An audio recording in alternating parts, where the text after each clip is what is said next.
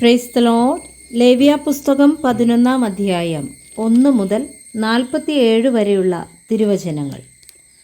യഹോവ പിന്നെയും മോശയോടും അഹരോനോടും അരുളി ചെയ്തത്, നിങ്ങൾ ഇസ്രായേൽ മക്കളോട് പറയേണ്ടതെന്തെന്നാൽ, ഭൂമിയിലുള്ള സകല മൃഗങ്ങളിലും നിങ്ങൾക്ക് തിന്നാകുന്ന മൃഗങ്ങളിവ. മൃഗങ്ങളിൽ കുളമ്പ് പിളർന്നിരിക്കുന്നതും കുളമ്പ് രണ്ടായി പിരിഞ്ഞിരിക്കുന്നതുമായ വിറയ്ക്കുന്നതുമായതൊക്കെയും നിങ്ങൾക്കു തിന്നാം. എന്നാൽ അയവിറക്കുന്നവയിലും കുളമ്പ് പിളർന്നിരിക്കുന്നവയിലും നിങ്ങൾ തിന്നരുതാത്തവ ഇവ: ഒട്ടകം അയവിറക്കുന്നുവെങ്കിലും കുളമ്പ് പിളർന്നല്ലായക കൊണ്ട് അത് നിങ്ങൾക്ക് അശുദ്ധം. കുഴിമുയൽ അയവിറക്കുന്നുവെങ്കിലും കുളമ്പ് പിളർന്നല്ലായകയാൽ അത് നിങ്ങൾക്ക് അശുദ്ധം. മുയൽ അയവിറക്കുന്നുവെങ്കിലും കുളമ്പ് പിളർന്നതല്ലായകയാൽ അത് നിങ്ങൾക്ക് അശുദ്ധം. പന്നി കുളമ്പ് പിളർന്നതായി കുളമ്പ് രണ്ടായി പിരിഞ്ഞിരിക്കുന്നതു തന്നെ എങ്കിലും അയവിറക്കുന്നതല്ലായകയാൽ അത് നിങ്ങൾക്ക് അശുദ്ധം. ഇവയുടെ മാംസം നിങ്ങൾ തിന്നരുത്, പിണം തൊടുകയുമരുത്, ഇവ നിങ്ങൾക്ക് അശുദ്ധം. വെള്ളത്തിലുള്ള എല്ലാറ്റിലും വെച്ച് നിങ്ങൾക്ക് തിന്നാകുന്നവ ഇവ: കടലുകളിലും നദികളിലുമുള്ള വെള്ളത്തിൽ ചിറകും ചെതുമ്പലും ഉള്ളവയൊക്കെയും നിങ്ങൾക്കു തിന്നാം.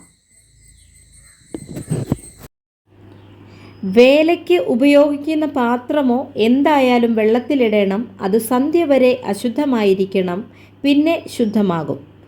അവയിൽ യാതൊന്നെങ്കിലും ഒരു മൺപാത്രത്തിനകത്തു വീണാൽ അതിനകത്തുള്ളതൊക്കെയും അശുദ്ധമാകും, നിങ്ങളത് ഉടച്ചു കളയണം.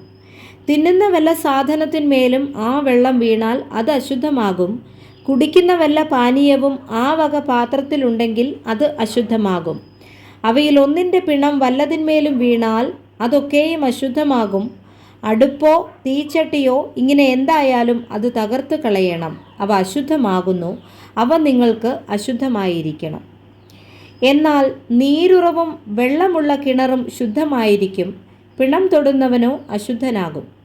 വിതയ്ക്കുന്ന വിത്തായ വല്ല ധാന്യത്തിന്മേലും അവയിൽ ഒന്നിൻ്റെ പിണം വീണാലും അത് ശുദ്ധമായിരിക്കും. എന്നാൽ വിത്തിൽ വെള്ളമൊഴിച്ചിട്ട് അവയിൽ ഒന്നിൻ്റെ പിണം അതിന്മേൽ വീണാൽ അത് അശുദ്ധം. നിങ്ങൾക്ക് തിന്നാകുന്ന ഒരു മൃഗം ചത്താൽ അതിൻ്റെ പിണം തൊടുന്നവൻ സന്ധ്യ വരെ അശുദ്ധനായിരിക്കണം. അതിൻ്റെ പിണം തിന്നുന്നവൻ വസ്ത്രമലക്കി സന്ധ്യ വരെ അശുദ്ധനായിരിക്കണം.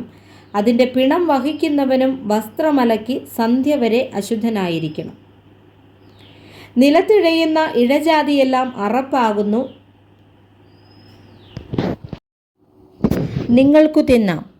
ചിറകും 4 കാലുമുള്ള ശേഷം ഇഴജാതിയൊക്കെയും നിങ്ങൾക്ക് അറപ്പായിരിക്കണം, അവയാൽ നിങ്ങൾ അശുദ്ധരാകും. അവയുടെ പിണം തൊടുന്നവനെല്ലാം സന്ധ്യ വരെ അശുദ്ധനായിരിക്കണം. അവയുടെ പിണം വഹിക്കുന്നവനെല്ലാം വസ്ത്രമലക്കി സന്ധ്യ വരെ അശുദ്ധനായിരിക്കണം. കുളമ്പ് പിളർന്നതെങ്കിലും കുളമ്പ് രണ്ടായി പിരിയാതെയും അയവിറക്കാതെയും ഇരിക്കുന്ന സകല മൃഗവും നിങ്ങൾക്ക് അശുദ്ധം, അവയെ തൊടുന്നവനെല്ലാം അശുദ്ധനായിരിക്കണം. 4 കാൽ കൊണ്ട് നടക്കുന്ന സകല മൃഗങ്ങളിലും ഉള്ളംകാൽ പതിച്ച് നടക്കുന്നവയൊക്കെയും നിങ്ങൾക്ക് അശുദ്ധം, അവയുടെ പിണം തൊടുന്നവനെല്ലാം സന്ധ്യ വരെ അശുദ്ധനായിരിക്കണം. അവയുടെ പിണം വഹിക്കുന്നവൻ വസ്ത്രമലക്കി സന്ധ്യ വരെ അശുദ്ധനായിരിക്കണം, അവ നിങ്ങൾക്ക് അശുദ്ധം. നിലത്ത് ഇഴയുന്ന ഇഴജാതിയിൽ നിങ്ങൾക്ക് അശുദ്ധമായവ ഇവ: പെരിച്ചാഴി, എലി, അതത് വിധം ഉടുമ്പ്, അളുങ്ക്, ഓന്ത്, പല്ലി, അരണ, തുരവൻ. എല്ലാ ഇഴജാതിയിലും വെച്ച് ഇവ നിങ്ങൾക്ക് അശുദ്ധം. അവ ചത്ത ശേഷം അവയെ തൊടുന്നവനെല്ലാം സന്ധ്യ വരെ അശുദ്ധനായിരിക്കണം. ചത്ത ശേഷം അവയിലൊന്ന് ഏതിന്മേലെങ്കിലും വീണാൽ അതൊക്കെയും അശുദ്ധമാകും. അത് മരപ്പാത്രമോ വസ്ത്രമോ തോലോ ചാക്കുശീലയോ എന്നാൽ കടലുകളിലും നദികളിലുമുള്ള വെള്ളത്തിൽ ചലനം ചെയ്യുന്ന എല്ലാറ്റിലും വെള്ളത്തിലുമുള്ള സകല ജന്തുക്കളിലും ചിറകും ചെതുമ്പലുമില്ലാത്തതൊക്കെയും നിങ്ങൾക്ക് അറപ്പായിരിക്കണം, അവ നിങ്ങൾക്ക് അറപ്പായി തന്നെ ഇരിക്കണം. അവയുടെ മാംസം തിന്നരുത്, അവയുടെ പിണം നിങ്ങൾക്ക് അറപ്പായിരിക്കണം. ചിറകും ചെതുമ്പലുമില്ലാതെ വെള്ളത്തിലുള്ളതൊക്കെയും നിങ്ങൾക്ക് അറപ്പായിരിക്കണം. പക്ഷികളിൽ നിങ്ങൾക്ക് അറപ്പായിരിക്കേണ്ടുന്നവ ഇവ: അവയെ തിന്നരുത്, അവ അറപ്പാകുന്നു.